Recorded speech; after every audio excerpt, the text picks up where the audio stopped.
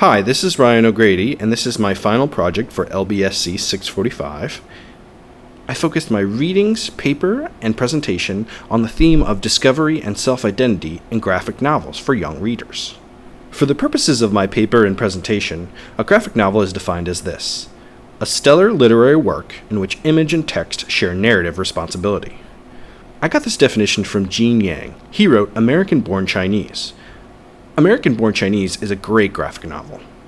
It's won many awards. And he defines a graphic novel this way: by combining image and text, graphic novels bridge the gap between media we watch and media we read. And this is really one of the key points as to why I think graphic novels are a key genre for reading for young people. Some of the graphic novels I read are very famous and also for mature readers, like Persepolis and Mouse. But I also read graphic novels that are for younger people, like Yummy, The Last Days of a Southside Shorty. Later in the video, I talk about other graphic novels for younger readers, especially one, El Defo. The reason why I chose this theme for my book list is because in all the literature I read and the peer-reviewed journal articles, they talk about how combining text with graphics is a surefire way to enhance the understanding of children's reading.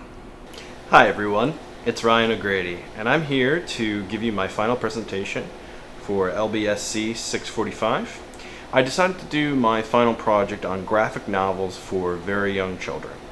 My focus was on grades 6, 5, 6, 7, and 8. So mainly older, younger kids. But I read a couple brand new books that I had never read before. The first one is Drama. It's a great, very colorful book about a young girl trying to find her way in the world while she works on her middle school play. Highly recommended. Another book that I read is This One Summer. This is actually by two sisters, one who wrote the book and one who illustrated it. So this is a great one. You can see it's not as colorful. It uses mainly black and white, purple images. But it's a wonderful story about self-discovery during the summer. I read another one called Anya's Ghost, and this one is quite amazing in terms of its sci-fi and horror aspect. It brings in a deceased girl, and she follows her around, Anya, and Anya has to kind of figure out if the ghost has her best intentions in mind or not. Another one that I read was Coraline, which is actually a book by Neil Gaiman, just a regular fiction book, but this is the graphic novel adaptation. So as you can see in this one, it looks a lot like Neil Gaiman's other work. He's not the illustrator, but if you've ever looked at Sandman or anything like that, it looks very much like it. This one was good. I was very hesitant going into this one because I liked the book and the movie so much, but this was actually a very solid adaptation of it. I think the drawings were probably the weakest part because the story is so great. So I do recommend the story, Coraline. And another pick that I had, but that isn't a graphic novel per se, was Sherman Alexie's The Absolutely True Diary of a Part-Time Indian. And the reason why I included it, because if you open up to pretty much any page there's a lot of drawings throughout the book, and I thought it was just so clever the way that the drawings went with the text. And it still is a book very much for middle schoolers and young kids, even though this is a very highly banned book because of the content.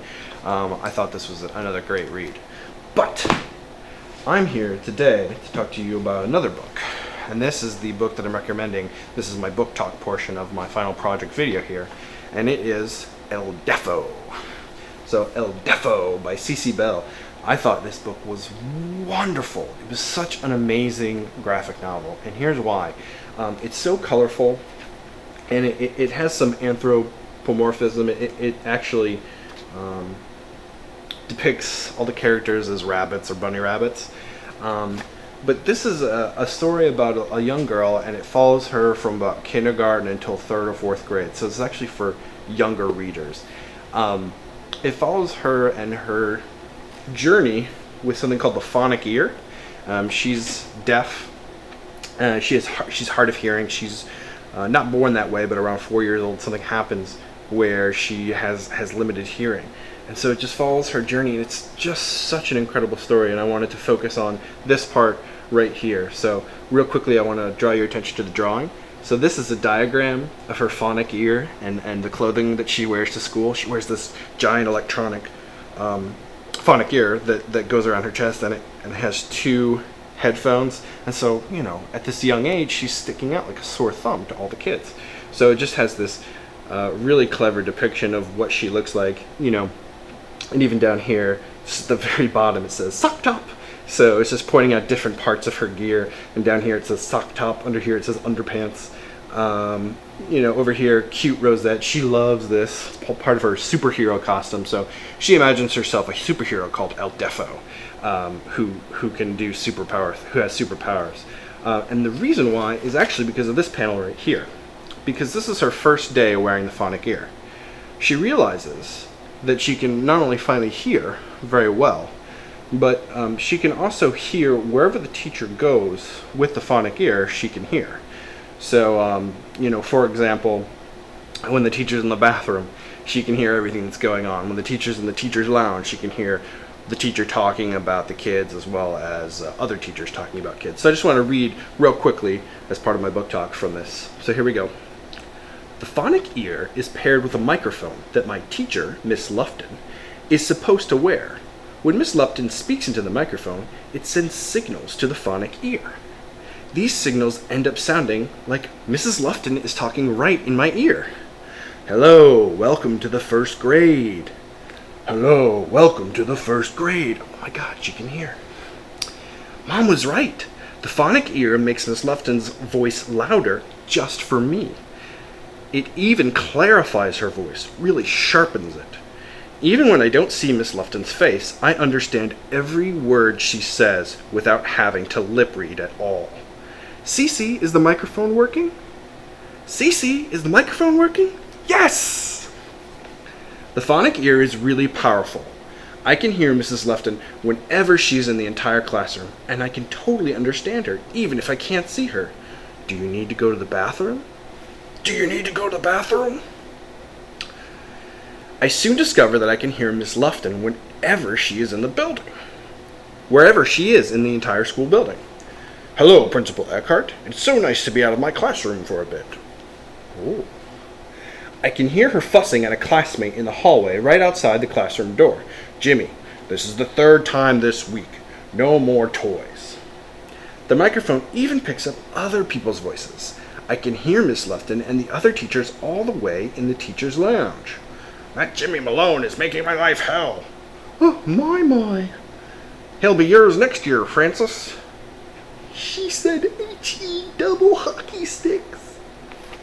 So as you can see, this book is packed with lots of dialogue, lots of emotion, and lots of life-changing at a very young age situations.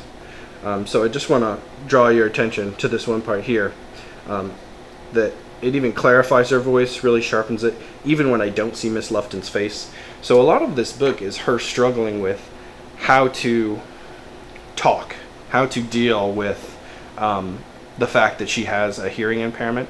And one of the things she learns very early on is to lip read. But that lip reading is not a 100% solution. And in fact, it's very difficult to lip read if the person who's talking isn't looking at you, or if they're looking away. It's almost impossible to lip read. But with this, the phonic ear, she was finally able to hear everything that happened in school. So I just want to stress how wonderful a book this book is. El Defo. It was it's an award winner, and it was shortlisted for a lot of other awards. So please go out and read this as soon as you can. So thank you very much for listening to my book talk and looking at my final presentation. I really appreciate it.